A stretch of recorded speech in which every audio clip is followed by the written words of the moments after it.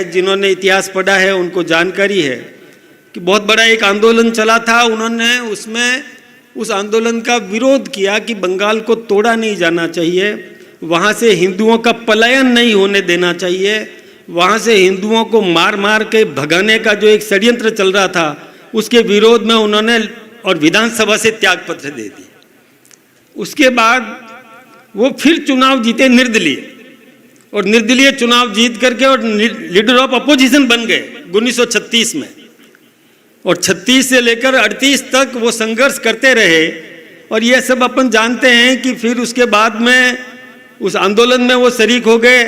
देश को आज़ाद करवाने में उनकी महती भूमिका थी, और उस समय देश को आज़ाद कराने के लिए कई प्रकार के प्रयास चलते रहे। एक शांतिपूर्वक तरीके से आंदोलन चल रहा था और दूसरे एक क्रांतिकारी आंदोलन भी चल रहे थे। तो क्रांतिकारी भी बहुत बड़ा एक संघर्ष कर रहे थे। उस समय अंग्रेजों को परेशान करने में क्रांतिकारियों ने कोई कसर नहीं छोड़ी, मजबूर कर दिया कि वो इस देश को छोड़ करके चले जाएं। इस प्रकार की स्थिति बनी। 1942 में जब द्वितीय विश्व युद्ध हुआ, जब नेताजी सुभाष चंद्र बोस, वो भी बंगाल के ही थे, उन्होंने आज़ाद हिंद फौज की स्थापना करी, तो डॉक्टर श्यामा प्रसाद मुखर्जी ने ये प्रयास किया कि उसको समर्थन दिया जाना चाहिए और हम उनके साथ में खड़े रहें। लेकिन उस समय की देश में जो नेतृत्व और कर रहे थे क्रांतिकारी और दूसरे शांतिपूर्वक आंदोलन करने वाले, उन्होंने उस समय सुभाष जी का समर्थन नहीं किया। ये अपन सब जानते हैं, इतिहास इस बात का गवाह है। मैं लंबी चौड़ी बात उसके बारे में नहीं कहूँगा, क्योंकि आप सब ने ये सब पढ़ा है। आप सब जानते हैं कि द्वितीय विश्व युद्ध के अंदर क्या स्थिति बनी थी, किस प्रकार की स्थितियाँ बनी थी। जापान, जर्मनी, जहाँ पर नेताजी सुभाष चंद्र बोस ने आज़ाद हिंद फौज की स्थापना करी, और वहाँ पर उनको फंडिंग करने का काम बंगाल से ज़्यादातर हुआ करता था, और ये अपन सब इस बात से वाकिफ हैं।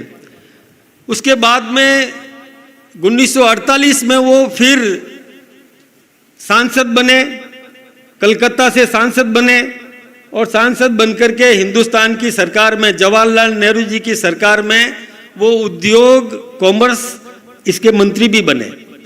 मंत्री बनकर के भी वो जो उनको लगता था कि क्या हो रहा है इस देश के अंदर, इस देश में जब देश आज़ाद हो गया और आज़ाद होने के बाद में हमारी संस्कृति को समाप्त करने का एक षड्यंत्र चल रहा है।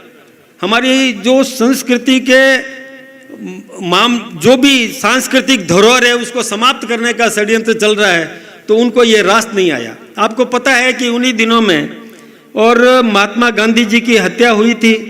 महात्मा गांधी जी की हत्या के बाद जो परिस्थितियां बनी, कई संगठनों पर प्रतिबंध लगा दिए, लेकिन फिर बाद में सुप्रीम कोर्ट ने वो सारे और जो निर्दोष थे उनको बरी किया, जो दोषी थे उनको दंडित किया, और वो न्याय प्रक्रिया चलती रही। न्यायिक कार्य में जो कुछ भी निर्णय होना था, न्यायोचित निर्णय हुए।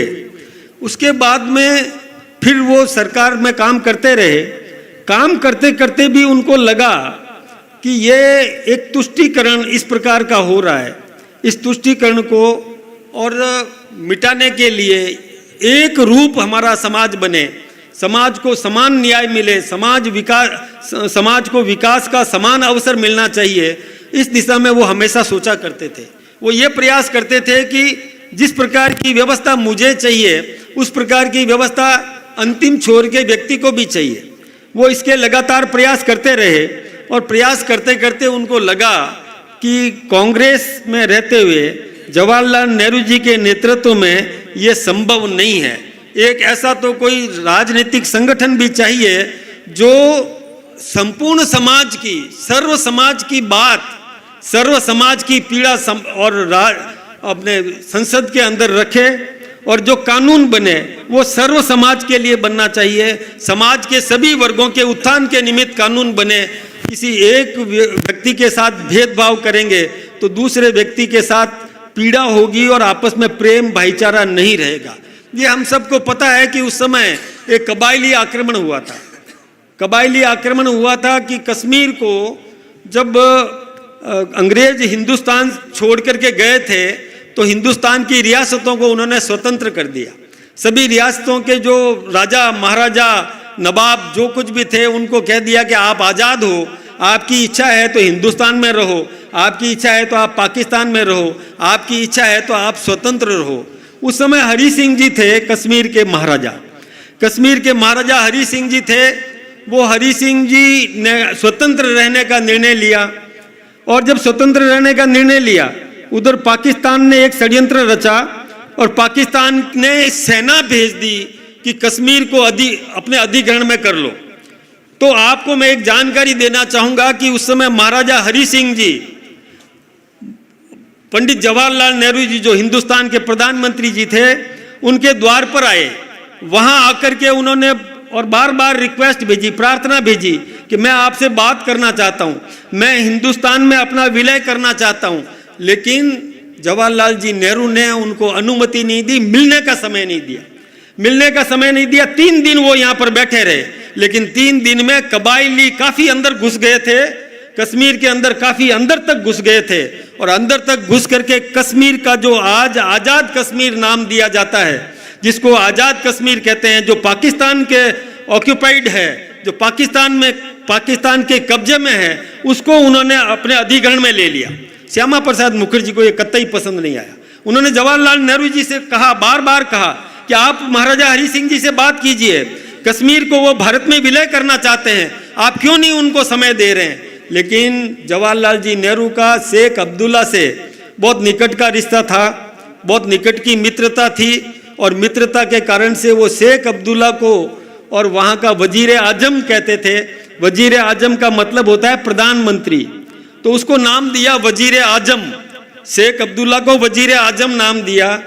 और बाद में फिर हरि सिंह जी से बात करी। जब तक हरि सिंह जी से बात करी, हमारे आपको मालूम है सरदार वल्लभ भाई पटेल का बहुत दबाव बना। उन्होंने कहा कि मैं त्याग पत्र देता हूं, यदि आप हरि सिंह जी से बात नहीं करते हो तो मुझे भी ये त्याग करना पड़ेगा। लेकिन जब उन्होंने और उसको बाद में मिलने का समय दे दिया, जब मिलने का समय दिया तो ये कश्मीर, आधा जो कश्मीर है वो हिंदुस्तान का हिस्सा रहा, और आधा कश्मीर जो पाकिस्तान ऑक्यूपाइड बन गया। ये उस समय के तत्कालीन नेतृत्व की बहुत बड़ी त्रुटि थी। यह डॉक्टर श्यामा प्रसाद मुखर्जी ने कहा कि यह कतई स्वीकार नहीं किया जा सकता, या आपने जो गलत काम किया है, उन्होंने विरोध किया। और विरोध किया तो मतभेद होना स्वाभाविक है कि उस समय का निरंकुश तानाशाह यदि कोई है और उसके सामने यदि कोई विरोध करने की हिम्मत कर दे तो उसके साथ में भेदभाव होना स्वाभाविक है, और भेदभाव किया गया। उस भेदभाव को डॉक्टर श्यामा प्रसाद मुखर्जी बर्दाश्त नहीं कर सकते थे। उन्होंने कांग्रेस से त्यागपत्र दे दिया, उन्होंने और उद्योग मंत्री पद से भी त्यागपत्र दे दिया। त्यागपत्र देने के बाद में और वो आए कि अब ऐसा राष्ट्रवादी संगठन कौन है जिसके साथ में मिल करके हिंदुस्तान में राष्ट्र भक्ति पैदा कर सकूं, राष्ट्रीय सांस्कृतिक राष्ट्रवाद पैदा कर सकूं, तो मुझे किसके साथ जुड़ना चाहिए। तो वो संयोगवश उस समय दीनदयाल जी उपाध्याय थे और उनके पास में गए, अटल बिहारी वाजपेयी जी थे, उनसे संपर्क किया, और संपर्क करके परम पूजनीय गुरु गोलवलकर जी के संपर्क में आए। और गुरुजी ने कहा कि बोले यदि आप आगे बढ़ते हो, आप कोई भी राजनीतिक दल की स्थापना करते हो, तो हम आपको कुछ कार्यकर्ता दे सकते हैं, हम राजनीति में नहीं आएंगे। संघ ने स्पष्ट रूप से कहा कि हम राजनीतिक संगठन नहीं है, हम शुद्ध रूप से एक सांस्कृतिक धार्मिक संगठन है। लेकिन